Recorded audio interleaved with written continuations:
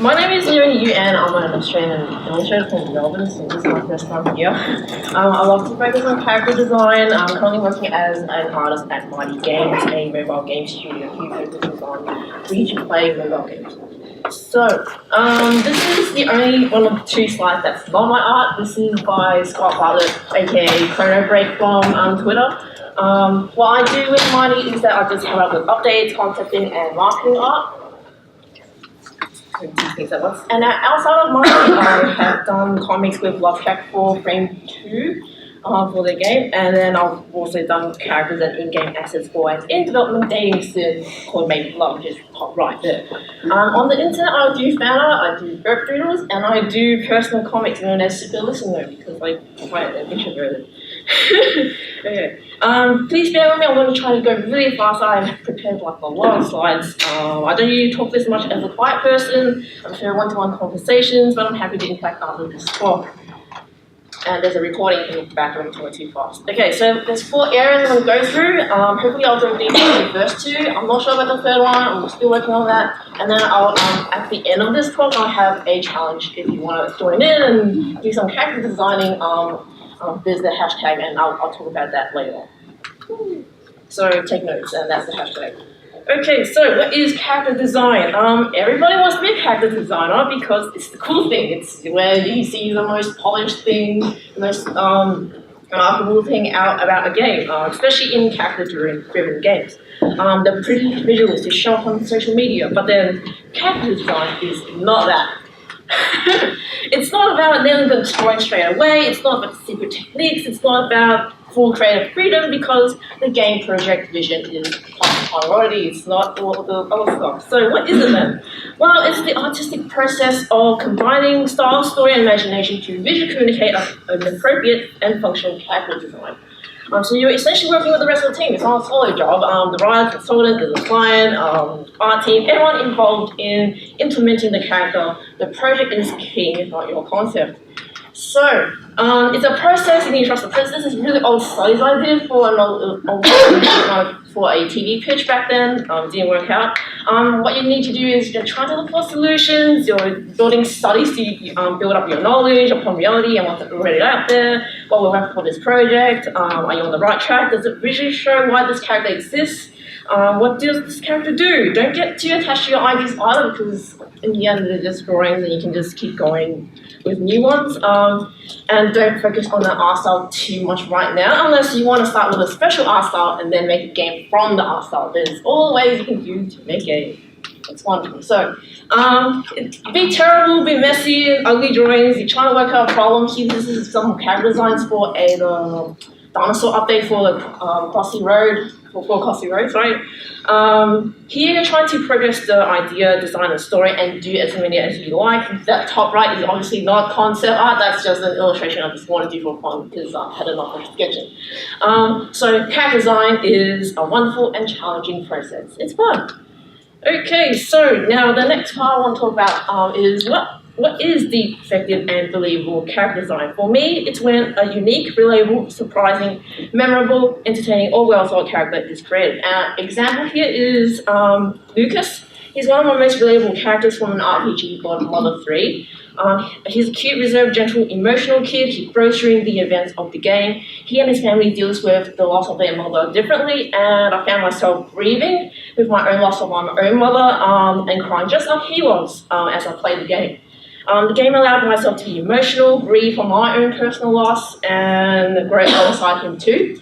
It's one of my most favourite games because of it. So I asked around on the internet, hey, why do you relate to game characters? Well, because generally we feel the same things, internal conflicts, struggles, personality traits, how to connect and their relationship with others, their attitude to life, and how they deal with problems. We relate to that sometimes. But then again, game characters are usually really exaggerated or extreme, and they sometimes have really memorable qualities, personalities, and it's really hard to relate to a character 100%. And generally we just want to play video games to roleplay as the character and their story that's outside of our own experiences and abilities. We want to live a different life, we want to be cool, we want to be powerful, we want to play an extension or extreme version of ourselves in a different world. For me, I love doing character design because just like the players of the game, I'm able to live through them, and that feels awesome. Plus, you get to make them come to life through their own story and adventure, or pretend to be someone else in a cool, compelling, or something else that is cool and compelling for a while. Now, from an audience's player's point of view, we generally like characters are believable as people, they have a realistic core with layers, or maybe they're morally grey, or interesting, compelling, opinionated, charming, ridiculous, complex, or maybe they have a personality with attitude, they have a backstory, they have their own motives, they have feelings, they're entertaining and fun with the norm, they're expressive and aggressive and vibrant and larger than life, they're really cool, and we are fascinated with how they relate and coexist with others. They have admirable qualities, they're strong-willed, and they grow and develop throughout the whole game, or maybe they're just weird and unpredictable. And as a result of some of those things I just talked about, we get emotionally involved and we care about what happens to them.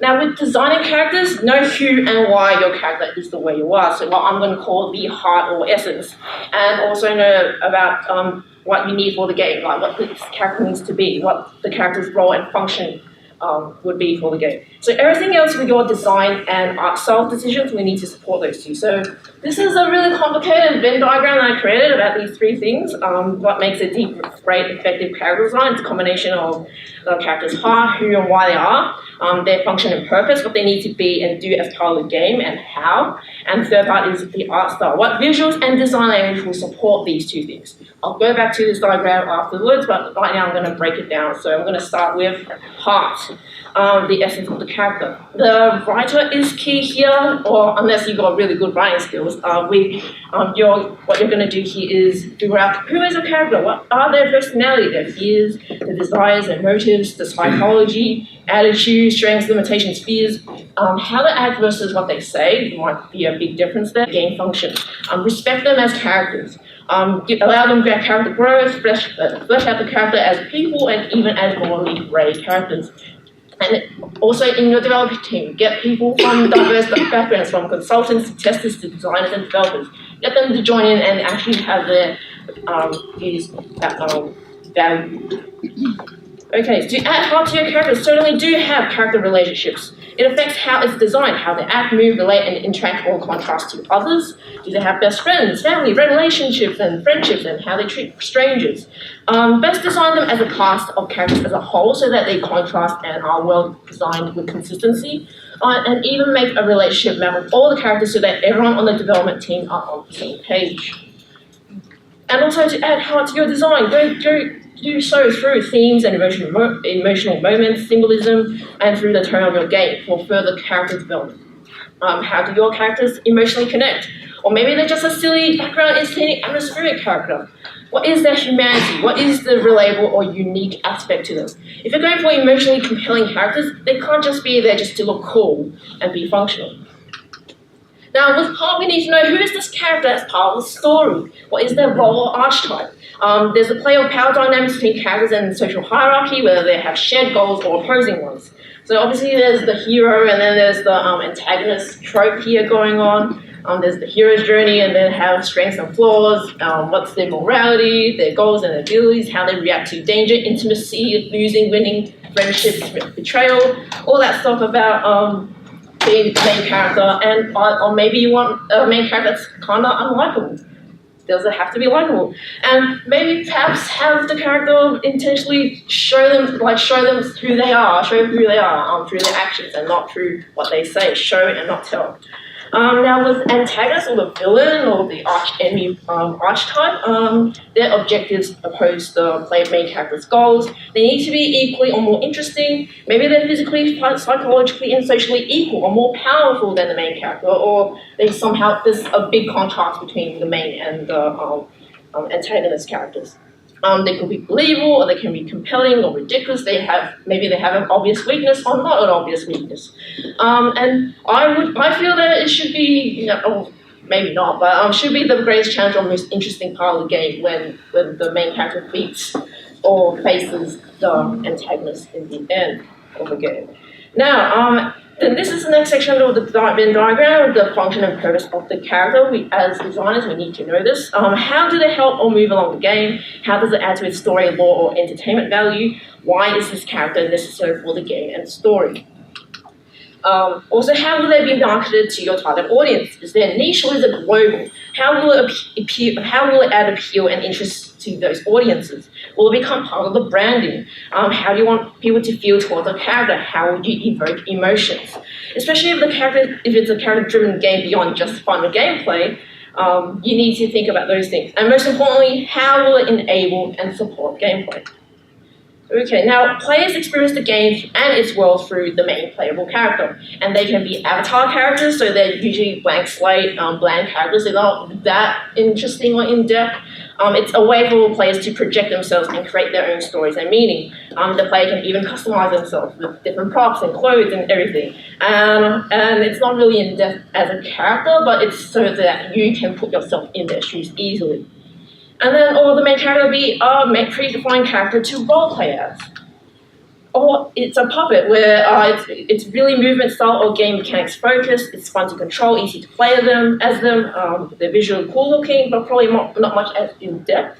You need to design visual character traits that sell the mechanics with fun and energy. There's some animated movement, there's fun reactions to winning, losing, interacting as feedback to the player.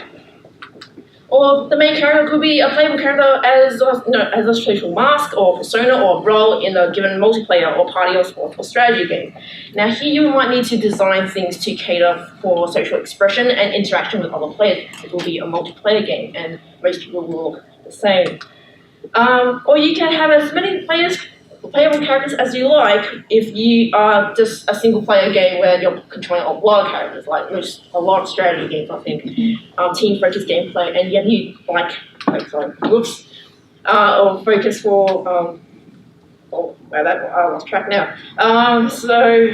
Or you can play as many characters instead for team focused gameplay and abilities.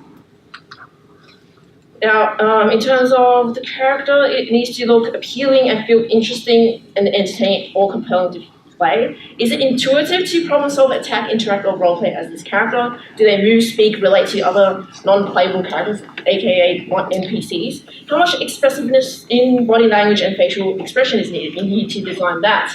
Does the backstory and motivation mesh well with the gameplay? Now, with non-playable characters or NPCs, how do other NPCs add to the game as well? How do they add flavor to the game in terms of story or entertainment value? Are they a functional prop or there's something more? Why does this NPC even exist? Do they support or betray the main character's goals or are indifferent to them? Do they express gratitude or excitement or satisfaction when you succeed or disappointment when you fail? Or they give you moral support or put you down, and what power dynamics? Are they a leader or are they a follower or they're ally, an enemy, a neutral party? How do they interact? How do they provide conflict in the story? How strong are they compared to the main character? Does the main character have obligations to them or emotional investment through a backstory? And what are the given character's defining moments? A lot of questions to answer when you are a designer. Now I'm going to go through a lot of non-playable character roles, NPC roles, to run through. I'm assuming it's kind of straightforward, so the sidekick archetype, and then there's the mentor guide or parental figure, or there's party members, not playable characters that are party members, and then PS, my relatable characters from Persona 5, at least 2. And then there's also the wildcard trickster trope, and then the rescuee or damsel in distress or dude in distress, but I put Princess Peach as a cat because she gets to be a playable character, so they changed it around. And then there's also the pet, where I want to elaborate on that one, is that with pet characters, you get to enjoy spending time with them. The interaction itself is rewarding alone, and you're just their caretaker and you're just taking care of their needs. You get loyalty and obedience in return, or at least it's entertaining personality back at you. I'm sorry on my words. And it could be a simple and silly character that's on the side. And then there's the minion obstacle or an enemies, like top 3 up there, or kind of NPC that's a competitor rival role, like Overwatch characters. Okay, and then there are boss characters like the Colossi from Shadows of the Colossus. There's high emotional impact on the main character. It's challenging, fun, or compelling to defeat them. All the characters. And then there are other NPCs like quest givers and merchants, or side quests and side stories that flesh out the world. Okay, as a designer, you need to know technical limitations. Is it feasible to implement the character? How much complexity can be afforded and needed? How much acting, expressions, animation to make it believable? How important is this for the player to experience this? How easy and possible is it to animate the art style? And then talk about the construction of the character, like these different kinds of hands you can think of that you might need to design.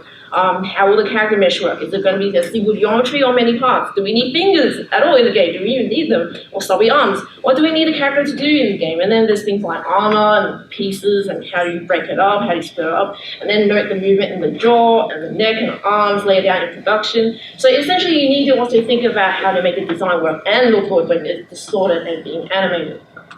Okay, so the last part of the Venn diagram is the art style of the character, which is reined in by the technical and project limitations. Is the design practical or is it just pretty rather than for story, production, and budget? Now, this kind of marketing illustration, these two that I'm showing here, I can't really do that for the games I'm working on because there are games that can't take these huge images in, so obviously this is not right for the game, they're only used as marketing. That's one thing I need to point out. Okay, so how does the art style fit in the world and environment? How does it effectively sell and express your game as we focus on the art style? Does it suit the intended mood and atmosphere? What are your artistic influences and why? What makes them work and not work for your project? Does it draw your target audience in effectively? How unique is it compared to similar projects? Because probably what you're doing now would be really similar to what's already out there. You need to push it further.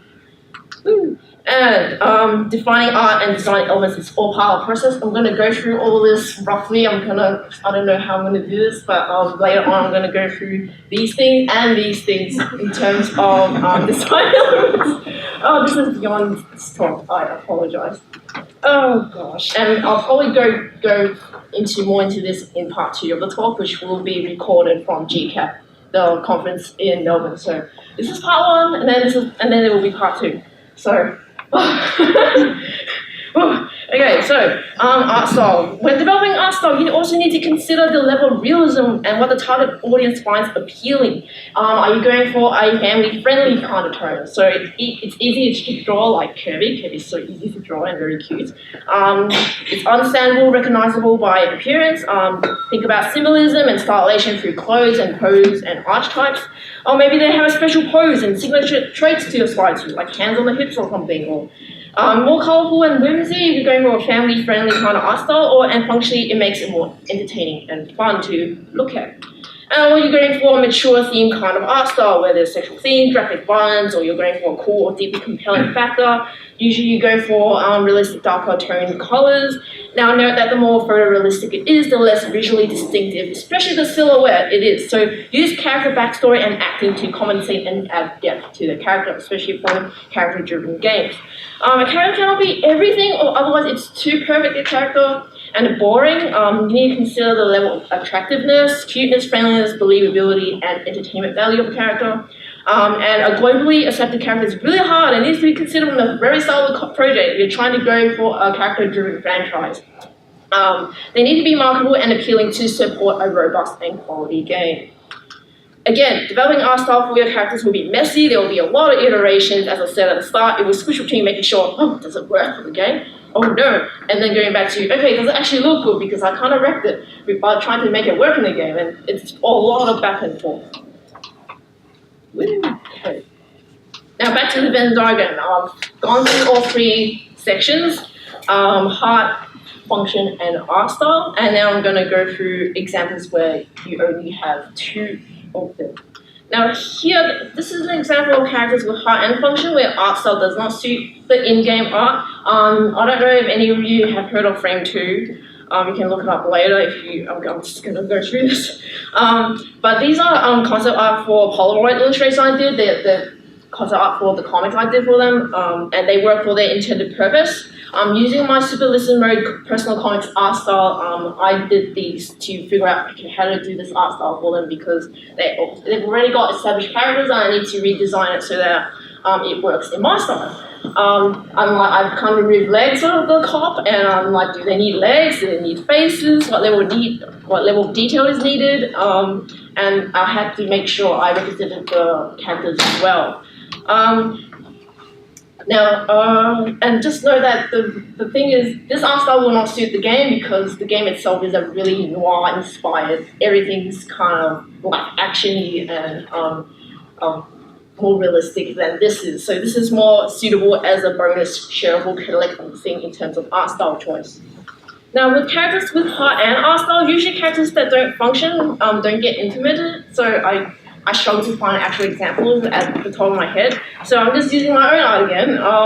So this is Shooty Sky's arcade boss concept art that I did, and it's not really a fully story-driven character, but that in itself suits Shooty Skies because Shooty Skies is just a ridiculous shoot-'em-up game. So, but this concept art I did doesn't work with the mobile game. It's too detailed. There's too much going on. So I had to readjust the model and simplify the voxel art version. I got a lot of team feedback as well to technically make it work, but it doesn't look as extreme and striking as the concept art, unfortunately. So technically and functionally, it's a huge feat to make it work, but then it's not practical to do.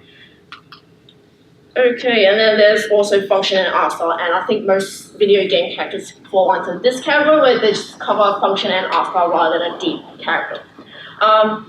Most characters are just cool looking, they work, they're well executed characters for the game, but they're kind of boring and kind of unmemorable at times. They're just cool looking, stylish, but sometimes we just need visually boring and predictable character design at times because it's effective, it works. It's not really important if it's not a character-driven story, and if the game is fun but the story is shallow, it's okay because you're just focused on the gameplay for those kinds of games. They keep people, because it's the gameplay that keep people playing in the end, while the visual style is what draws the people in. Plus, you can sell a deep, meaningful character through their acting, backstory, and interactions, rather than just through art style. Just fun, interesting characters. This is from all the more things I did for modern games, just marketing illustrations. So these characters don't really have much story or really in-depth backstories at all. They're just fun, silly stuff. Anyway, I'm going to go into the character design process and go through the design elements that I had, like that list of things I had. I'm just going to roughly go through them. And I'm going to use examples from Maid with Love, the dating sim I mentioned at the start, where I had to design 5 dateable love interests. I had a lot of discussions with Lauren, my client, and Snow, the writer, and I usually just jump deep into a lot of brainstorming, visualization, and I also ask a lot of questions like, what is the story, what's the acting, what's their personality, what's their role and function in the project, who are we marketing to? Well, dating people who love dating sims, basically. Who are we appealing to? This is the magic. You need to know who you're designing for, what they want. We had an art style as well as a starting point, but in time I had to keep pushing it and developing it later on. We had to ensure contrast in design and personality within the character versus the other characters too. What is the character's purpose? How will this character live their life? Who are they? And I think as a character designer, you live as your characters because it allows you to discover how to make them interesting because you're living in their shoes. So I'm blurring this because this is all stuff from Google Images. So here's just research of Maid outfits because that's part of the job. I need to do research and mood boards and lots of studies. I had to look for inspiration of existing characters, art style and color, looking at photo references, asking the client for their references too, what movie game personalities and designs that already exist out there and see why they work or don't work. Also figure out art style and symbolism and motifs. I tend to swim a lot into research. I can't go overboard because I'm learning all the things to help me get into it. Art style is not fully defined right now, but I have a starting point because the client specified what art style they wanted. But I don't want to keep pushing it along the process. So with research, I usually take a day to a week. It depends on the project. Anyway, this is just, I'm jumping away from Maid with Love. I'm going to just random terrible sketches from Shooty Skies where I'm just trying to figure out characters for the retro arcade update I did for them. I did a lot of terrible sketches, quantity and variety, just having fun and playing. Now here, this is where I just started, okay, I want to make it pretty now, but then I did it right after the update was done. So I didn't do it during development because the thing is you shouldn't be noodling and trying to make it look pretty when you're trying to work out the problem, you're trying to problem solve. There's no time to paint everything properly. It's more about being fast and furious and trying to find a solution to what you need. Anyway, and then this is just me doing more sketches. This is for the Chinese New Year update early in the year for Shooty Skies. And then this is just having fun and explore possibilities. And then once they're done, you go back to researching if you have not answered all the questions. Keep drawing over and over. Okay, so back to Maid of Love. This is version 4, so I haven't shown the other versions because they're really terrible. This is version 4 of the cast lineup, where I've sorted out shape, design, and language. There are different body types and proportions. I'm trying to make them more recognizable at a split-second glance and recognizable from each other. I'm trying to figure out, okay, what do you think about, what do people first notice about their design? It's all their different silhouettes. Don't stick to the first design, and I haven't. I tried to break it down here, and I'm just going to go through the general dot points I listed earlier on. So shape, I tried pushing the head and face shapes and body shapes. I'm pushing and pulling it until it works. In terms of design, you usually start from the bigger shapes and then work down to smaller ones. And you need to note the ratio between negative and positive space in order to have balance. So there is a ratio that I think it's 70 to 30, I think the ratio. Okay, so in terms of shape, shape is really important because it's the first thing people see. You just see some shape of a character and then later on they actually try to read what the character is. So there's different shapes you can use for the head shape or even the body shape or props even. And in terms of psychology, there's the square.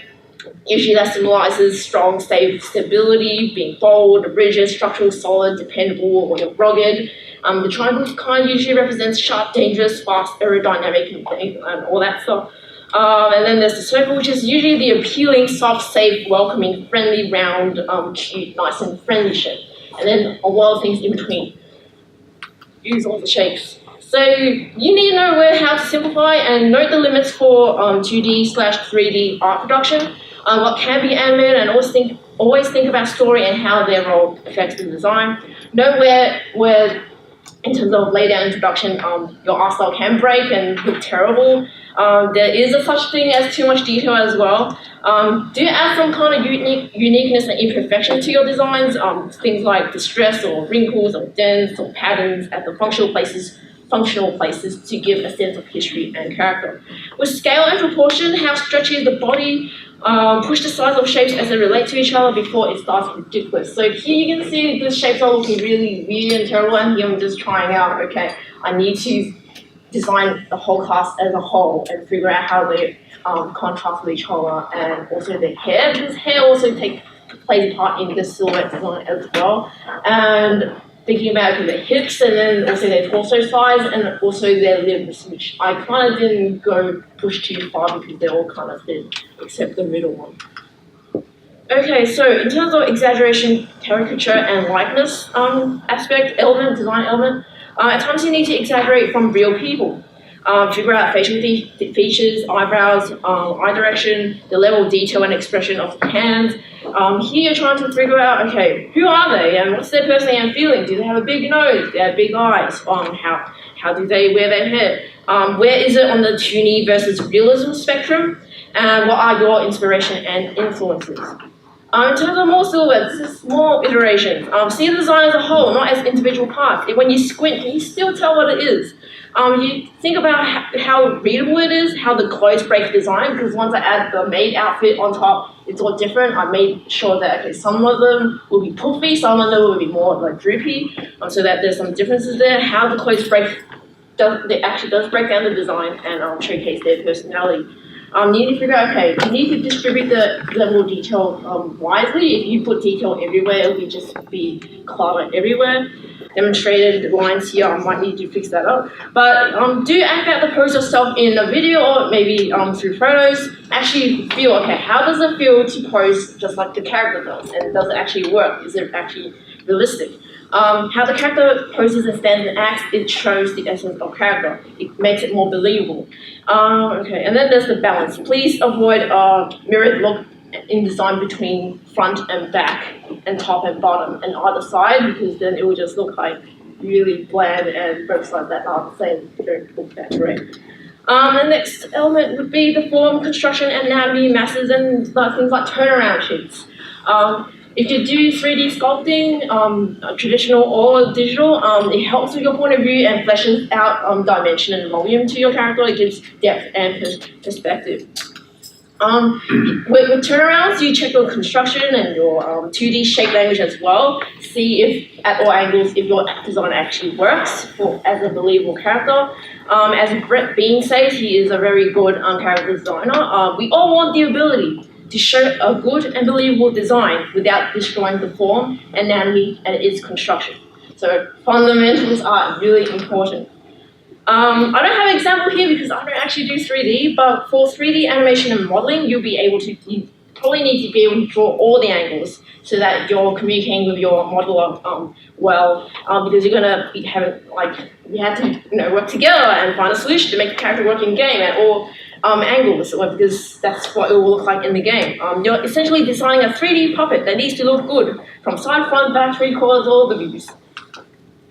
And then there's the expression sheet and facial design. How will they move with their face? How did they act, and how will they express themselves? How far would you exaggerate their mouth? Because sometimes, do you want people to see the inside of the mouth of the model?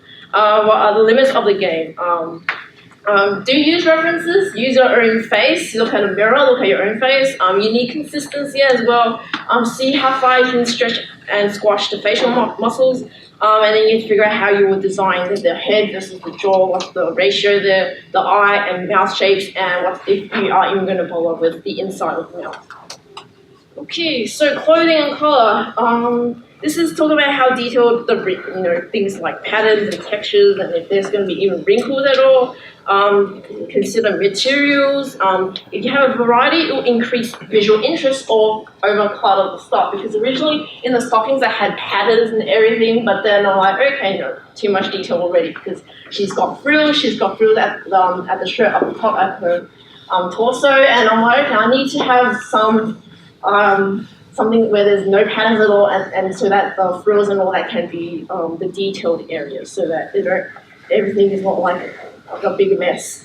And this is where you do a lot of color tests according to feedback and do a lot of iterations if necessary. And then there's the prop. How well does the prop suit the character's personality, their ability? Do they wear it or they hold it? How do they do it? Who do they hold their prop?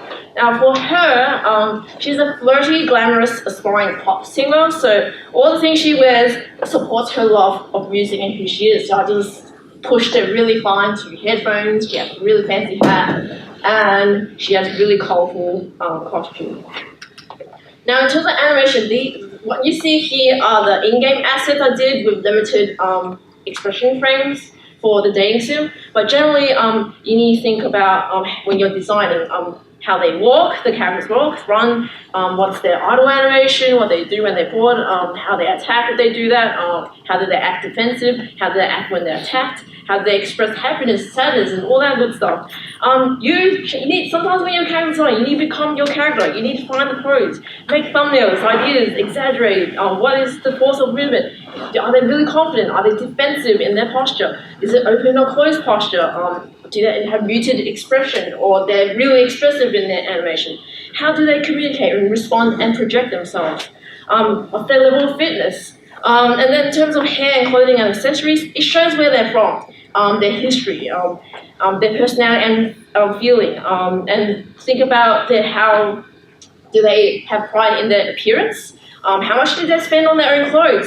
Fashion or trends, or they don't even care about trends? And what does it mean to them, how they present themselves?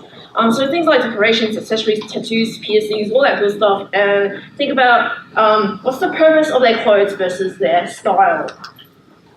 Okay, so here, this is, I think, version 5, I think, of the lineup. Ensure that you take a break, get fresh eyes and feedback, and improve the flat process. Now, with Maid Love, I kind of had to change the middle character's colors and also remove the cat hat she has because it was kind of too much. And also with this character here, Misty, I had to figure out, okay, I don't think Peach is working. I need to try darker colors for her because she's kind of an emo kind of character based on the feedback I got. What's the next thing? And this is, I think, the final version of the character lineup. So generally at the end of your character design process, you do a character sheet, so there's turnarounds if you're trying to lead into your actual 2D to 3D game asset. So the front, side, back, and 3/4, I think I had these ones.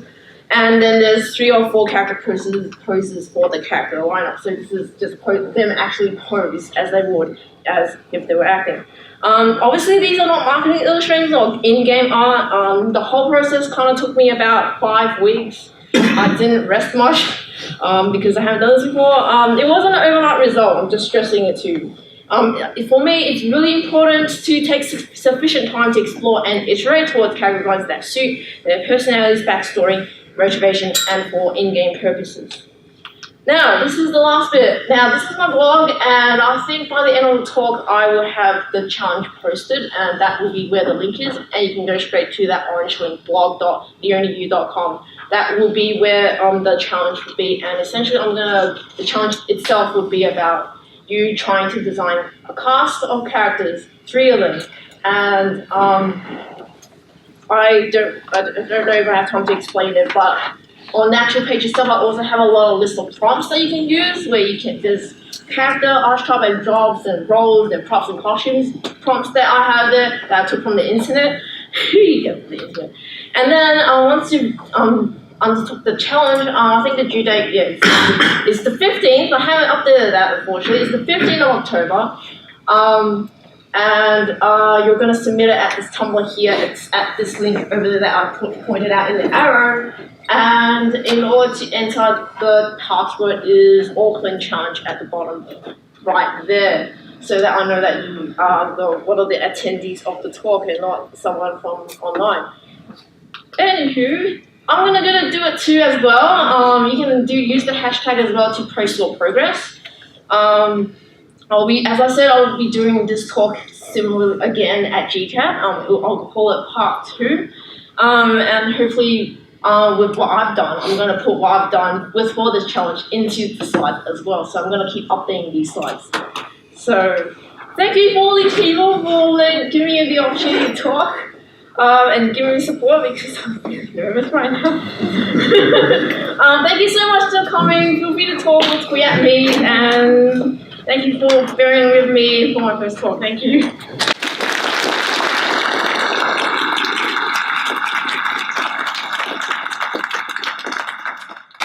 Are there any questions, or do you want me to go through the actual challenge? I don't know. What do you want me to do? Questions, though?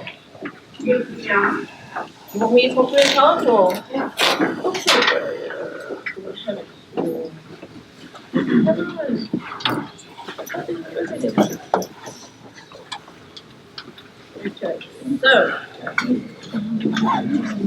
So you design a set of 3 characters for your favorite hypothetical game, and then with all the roles and all that I mentioned, you need to pick 3 roles. So things like main character, boss character, all these roles I mentioned, you pick 3. There will be a list on the page. And the next step is that you submit a maximum of 10 images. That's the Tumblr limit, unfortunately, and put them all in a zip file that showcase your character design journey, and obviously label with your name, because if I'm going to get a lot of files from you, I need to know who they're from, and if they're all called untitled.zip, I don't know who it is. So in terms of the 10 images, I have a recommendation of what I should have put it on the slide. But I've numbered it so that the first page would probably be your mood board and research and market research with the description of your characters that you've made up. The second page will be probably small thumbnails for each character. So lots of pages, but then you pick the good ones that you like and you want to show off into one page. The third one will be the same as the previous page. The fourth to 6th page will be a page dedicated to each of the 3 characters that you have, the actual design and experiments that you're doing for each character. And for pages 7 to 9, it will be the expression and post character design sheets for each character, so the more finished design. And then what's next? And then the 10th one will be probably do something like that. That will be your 10th image. And then the third part of this challenge is you include a paragraph, so you put it in a text file or something, about your thought process, discoveries, and struggles for your character design journey. What are you going to focus on next time to improve on the design? And what are you currently happy with your progress? What is actually your hypothetical game project about? Like, what is it? I need to know the context. What can these characters do? What are their personalities and what are their roles? Who is your character? How did you come up with your art style? What inspired you and why? And share your lessons so far. So here the challenge is just mostly focused on learning, challenge yourself, do push your comfort zone and just have fun. And don't stress if you're struggling, just post what you've done so far and then we can just do a discussion. Hopefully I can go through all your entries and then like, I don't know, maybe do a YouTube video and talk over it. I don't know. I'll figure it out. But yeah, I don't know if that answers that question about character design challenge, but yeah.